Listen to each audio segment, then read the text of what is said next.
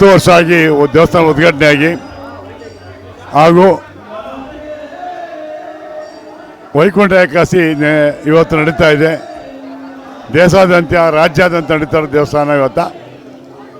ದೇವರಿಗೆ ವೆಂಕಟರಮಣ ಸ್ವಾಮಿನೇ ನಮ್ಮ ಬಸವಣ್ಣ ದೇವಸ್ಥಾನದಲ್ಲಿ ಗಣಪತಿ ಪರಿವಾರ, ರಾಮನ ಪರಿವಾರ,